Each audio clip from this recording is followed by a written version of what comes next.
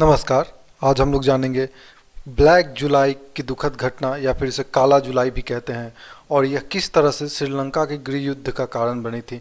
इन दोनों के बारे में हम जानेंगे। ठीक है, अब देखिए, सबसे पहले यहाँ एक पॉइंट निकल कर आता है काला जुलाई। ठीक है, तो ऐसा क्या हुआ कि पूरे एक जुलाई महीना को काला घोषित कर दिया गया या फिर ब्लैक घोषित कर दिया गया। आखिर ये क्या होता है? देखिए, इतिहास में या अतीत में जब भी कोई ऐसी दुखद घटना होती है जिसके पीछे कहीं ना कहीं जानबूझकर वो मानव द्वारा किया गया होता है, यानी प्रकृति द्वारा ना हो, कहीं ना कहीं मानव का उसमें हाथ हो, तो इस उस दुखद दिन को जो है काला दिन के रूप में मनाते हैं। लेकिन श्रीलंका में कुछ ऐसी घटना हुई जिसके कारण एक पूरे जुलाई महीना को जो ही है काला घोषित कर दिया गया, उसे ब्लैक जुलाई घोषित कर दिया गया। और यही जो है ये आगे चल के श्रीलंका के गृह युद्ध का कारण बनी। तो हम इन दोनों के बारे में जानेंगे कि आखिर ये ब्लैक जुलाई की घटना क्यों हुई। ठीक है, और इस ब्लैक जुलाई घटना आखिर क्या थी, इसके क्या परिणाम निकले। ठीक है, और श्रीलंका की गृह युद्ध का कारण क्या था, इन दोनों के बारे में जानेंगे। ठीक है, आइए सबसे पहले यहाँ देखिए, ये है विश्व मानचित्र। इस विश्व मानचित्र में देखेंगे तो ये है अपना प्यारा भारत। ठीक है, और हमें आज श्रीलंका के बारे में जानना है, तो यहाँ पे ये है अपने प्यारा भारत के नीचे, यहाँ ये श्रीलंका। ठीक है, देखिए श्रीलंका के बारे में थोड़ा सा जान लीजिए। प्राचीन काल से जो है श्रीलंका पे सिंघल वंश का शासन था। ठीक है, और इसीलिए जो है श्रीलंका के जो मूल निवासी अपने को मानते हैं वो सिंघली मानते हैं। ठीक है, क्योंकि वहाँ वो लोग अपने आप को सिंघल वंश का मानते हैं, इसलिए वो अपने आप को सिंघली कहलाते हैं। ठीक है, आगे चल के श्रीलंका पे ब्रिटेन का कब्जा हुआ। अब ब्रिटेन यानी अंग्रेज कहीं भी गए हों और अच्छा काम किया हो ऐसा तो हो नहीं सकता है। ठीक है, तो इन्होंने कुछ ऐसे काम किए ही हैं जिसके कारण जो है कहीं ना कहीं इस गृह युद्ध में इनका भी हाथ था। ठीक है, इनके द्वारा बनाए गए कहीं ना कहीं कुछ नीतियाँ ही इस गृह युद्ध में आग में घी डालने का काम की थी। ठीक है, उसके बाद जो है 1948 में है श्रीलंका जो है वो ब्रिटेन से आज़ाद हो जाता है। अब आज़ादी मिलने के जस्ट बाद, ठीक है, अब कहानी असली शुरू होता है यहाँ से। यहाँ देखिए, पहले इस मानचित्र को देखिए। इस मानचित्र में ये जो पीले रंग का जो ये भाग देख रहे हैं, यहाँ पे जो है ये मुख्यतः सिंघली बाहुल क्षेत्र है। ठीक है, सिंघली, ये सिंघली जो है यही अपने को श्रीलंका का मूल निवासी मानते हैं। ठीक है, और यहाँ जो पूरे डीप भूरा जो देख रहे हैं, डार्क भूरा, ये दरअसल तमिल बाहुल क्षेत्र है। इन सब इलाकों में तमिल बाहुल रहते हैं। अब देखिए, बहुत से तमिल जो है यहाँ पे बहुत पहले से, सदियों पहले से यहाँ पे रह रहे हैं। ठीक है, लेकिन बहुत से तमिलों को जो है अंग्रेज़ों ने श्रीलंका में चाय की खेती कराने के लिए तमिलनाडु से बहुत से तमिलों को मजदूर के रूप में इन सब क्षेत्रों में अंग्रेज़ों ने बसाया था। ठीक है, अब आज़ादी में जो है इन तमिल लोगों का बहुत बड़ा योगदान था। श्रीलंका की आज़ादी में, ब्रिटेन से आज़ाद कराने में इन तमिलों का भी बहुत योगदान था। ठीक है, लेकिन ये जो सिन्हलीज लोग जो है यही अपने आप को श्रीलंका के मूल निवासी मानते हैं और तमिलों को जो है वो बाहरी मानते थे। ठीक है, यही मतभेद की यहाँ से शुरुआत हो जाती है। 1948 में जो है श्रीलंका में एक सिलोन नागरिकता कानून आता है।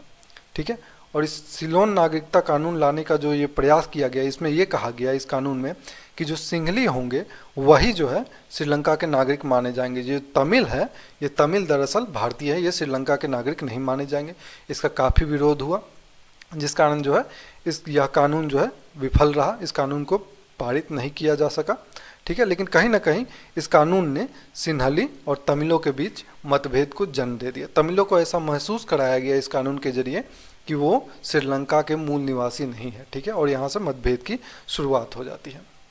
ठीक है, 1956 में एक और विवादित कानून लाया जाता है, सिन्हला ओनली एक्ट। ठीक है, इस एक्ट के अनुसार ये कहा गया कि सिंहला जो भाषा है उसी को राष्ट्रभाषा के रूप में मान्यता दिया गया और तमिल भाषा को जो है मान्यता नहीं दिया गया। ठीक है, और स्थिति ये हो गई कि आगे चल के विश्वविद्यालयों से भी तमिल भाषा को हटा दिया गया। अब जो लोग शुरू से तमिल भाषा में पढ़ाई किए, उन्हें अब तमिल भाषा में होने के कारण विश्वविद्यालयों में एडमिशन मिलना कठिन हो गया, उन्हें नामांकन नहीं मिल रहा था।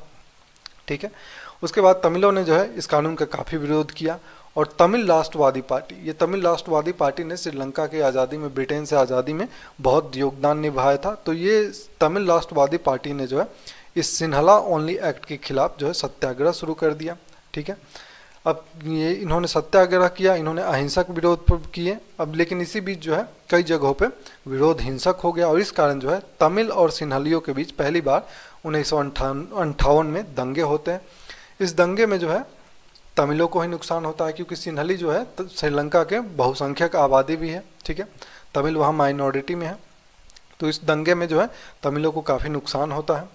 फिर उसके बाद श्रीलंका की सरकार जो है एक और विवादित काम ये करती है कि वो जो ये पूर्वी प्रांत है, ये पूर्वी प्रांत, यहाँ पे दरअसल सिंहली समुदाय को अवैध रूप से बसाना शुरू कर देती है। श्रीलंका की सरकार तमिलों से ये कहती है कि ये तो यहाँ के मूल निवासी है नहीं, इन्हें तो अंग्रेज काम कराने के लिए यहाँ लाए थे, तो फिर यहाँ इनका ज़मीन कहाँ से, घर कहाँ से। तो इस कारण जो है बहुत से तमिलों को यहाँ से हटा दिया जाता है और अवैध रूप से सिंहली समुदाय को बसाने का प्रयास किया जाता है, जिसके कारण जो है कई हजार तमिल जो है वो बेघर हो जाते हैं, अपने ही देश में शरणार्थी बन जाते हैं। ठीक है, 1972 के बाद जो है श्रीलंका में बौद्ध धर्म को प्राथमिकता देना शुरू कर दिया जाता है। ठीक है, जिसके कारण जो है तमिलों की नाराज़गी और बढ़ जाती है। अब जो है सरकार की नीति से जो है अब आगे चलकर तमिल छात्रों को विश्वविद्यालय में नामांकन मिलना कठिन हो जाता है। तमिल छात्रों को भारत जाकर पढ़ाई करने पर रोक लगा दिया जाता है। तमिलों को रोजगार मिलना कठिन हो जाता है। जो लोग तमिल भाषी हैं उन्हें रोजगार से हटा दिया जाता है। ठीक है, इस कारण जो है अब तमिल जो है वो सरकार की नीति से अत्यधिक परेशान हो जाते हैं और एक अलग राष्ट्र की मांग उठाना शुरू कर देते हैं। ठीक है, जो तमिल सिंहलियों के साथ मिलकर श्रीलंका की आज़ादी में महत्वपूर्ण निभाया था भूमिका, अब वही तमिल जो है सरकार की नीति से तंग आकर अब एक अलग राष्ट्र की मांग करने लगते हैं। इस मांग को आगे बढ़ाने में तमिल राष्ट्रवादी पार्टी, जो श्रीलंका की आज़ादी में एक काफ़ी अहम भूमिका था इनका, इन्होंने इस मांग को आगे बढ़ाया और इन्होंने इस मांग को मजबूती देने के लिए जो है तमिल राष्ट्रवादी पार्टी ने श्रीलंका में और भी जो छोटे छोटे तमिल पार्टी थी, राजनीतिक पार्टी, उन सभी को मिलाकर एक तमिल यूनाइटेड लिबरेशन फ्रंट का निर्माण किया। ठीक है, अब इसी बीच जो है यहाँ पे एक राजनीतिक रूप से अलग तमिल राष्ट्र की मांग उठ रही थी। इसी बीच जो है एक हिंसक संगठन का गठन होता है जिसे कहा जाता है LTTE, liberation of Tamil tiger alum.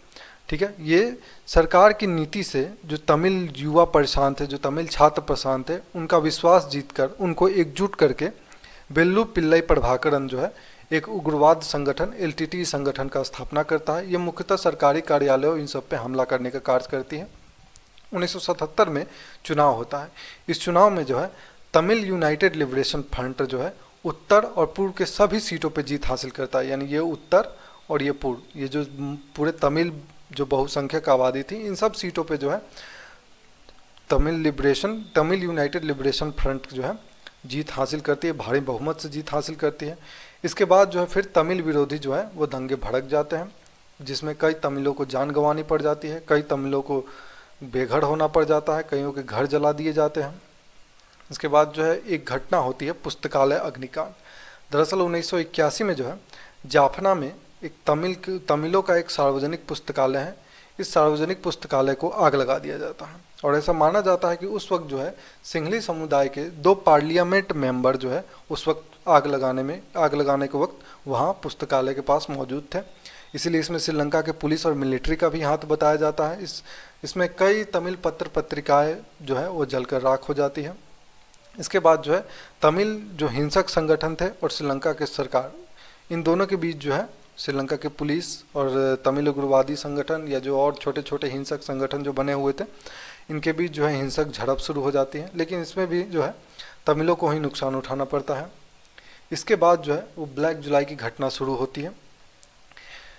23 जुलाई 1983 की शाम को जो है जाफना में श्रीलंका की सेना पे LTTE संगठन, जो तमिल की एक उग्रवादी संगठन थी, हिंसक संगठन थी, ये जो है इसके सदस्यों ने श्रीलंका की सेना पे हमला कर देती है और इस हमले में जो है श्रीलंका के 13 सैनिक मारे जाते हैं। ठीक है, इस बात की खबर लगते ही अगले सुबह जो है 24 जुलाई को पूरे श्रीलंका में निर्दोष तमिलों के खिलाफ फिर से दंगे शुरू हो जाते हैं।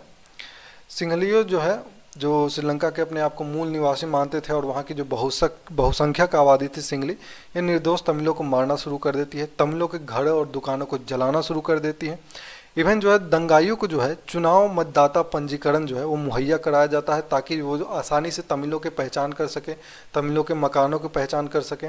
ठीक है, और इसलिए इस कारण जो है वो दंगा बहुत ही दर्दनाक दंगा होता है, बहुत हिंसक होता है। इसमें हजारों तमिलों को जो है मौत की घाट उतार दिया जाता है, घरों और दुकानें जला दी जाती हैं। 24 जुलाई की संध्या को जो है श्रीलंका की सरकार जो है वो कर्फ्यू की घोषणा करती है, लेकिन वहाँ की जो पुलिस है, वहाँ की जो मिलिट्री है, ये कर्फ्यू लगाने में असफल रहती है, उस तरह का प्रयास नहीं करती है, जिससे दंगाइयों पे इसका कोई असर नहीं होता है और 25 जुलाई को भी हिंसा जारी रहती है। ठीक है, इसके बाद जो एक वेलिकादा जेल नरसंहार होता है, ये 25 जुलाई को ही होता है, ये याद रखेंगे। वेलिकादा, आपसे प्रश्न कभी पूछा जाए कि वेलिकादा जेल नरसंहार किससे जुड़ा हुआ है, तो श्रीलंका से जुड़ा हुआ है। वेलिकादा जेल नरसंहार ये 25 जुलाई 1983 को हुआ था। तो क्या क्या रहता है कि वेलिकादा जेल नरसंहार में 25 जुलाई के दिन जो है वेलिकादा जेल में 37 तमिल जो अलगाववादी थे, जो अलग तमिल राष्ट्र की मांग कर रहे थे, वो 37 तमिल अलगाववादी कैदियों को जो है, सिन्हला कैदी जो उसमें उस सिन्हला समुदाय के जो कैदी लोग थे, उन्होंने लाठी और चाकुओं से जो है 37 तमिल अलगाववादी नेताओं की हत्या कर देते हैं। और ऐसा कहा जाता है कि इन जिस सेल में ये लोग बंद थे तमिल अलगाववादी नेता, उस सेल की जो चाबी थी वो सिन्हला जेल अधिकारियों ने दंगाइयों को मुहैया कराई थी।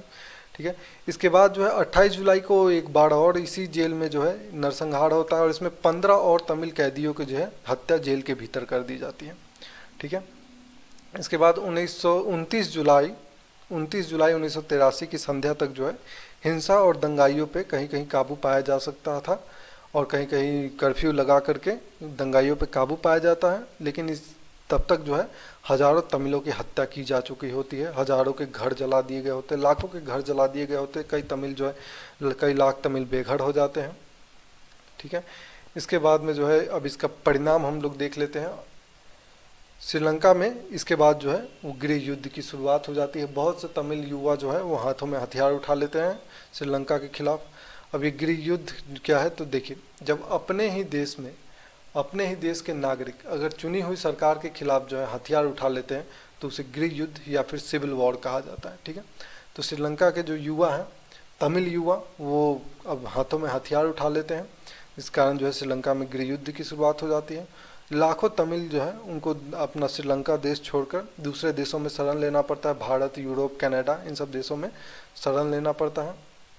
और आज भी जो दुनिया भर में जो स्थित तमिल है, श्रीलंकाई तमिल, ये हर वर्ष जो है पूरे जुलाई महीने को ब्लैक जुलाई के रूप में याद करते हैं, क्योंकि ये लगभग पूरे महीना जो है ये दंगा चला था। इसमें हजारों तमिलों को मार दिया गया, लाखों बेघर हो गए, कईयों को अपना देश छोड़ना पड़ा। ठीक है, तो इसलिए जो है श्रीलंकाई तमिल इस पूरे जुलाई महीने को जो है ब्लैक जुलाई के रूप में मनाते हैं। ठीक है, और इस तरह से यहाँ से जो है श्रीलंका गृह युद्ध की शुरुआत 1983 में शुरू हो जाती है, जो 2009 तक जारी रहती है। ठीक है, तो ये था ब्लैक जुलाई की घटना। मिलेंगे नेक्स्ट वीडियो में। बहुत बहुत धन्यवाद।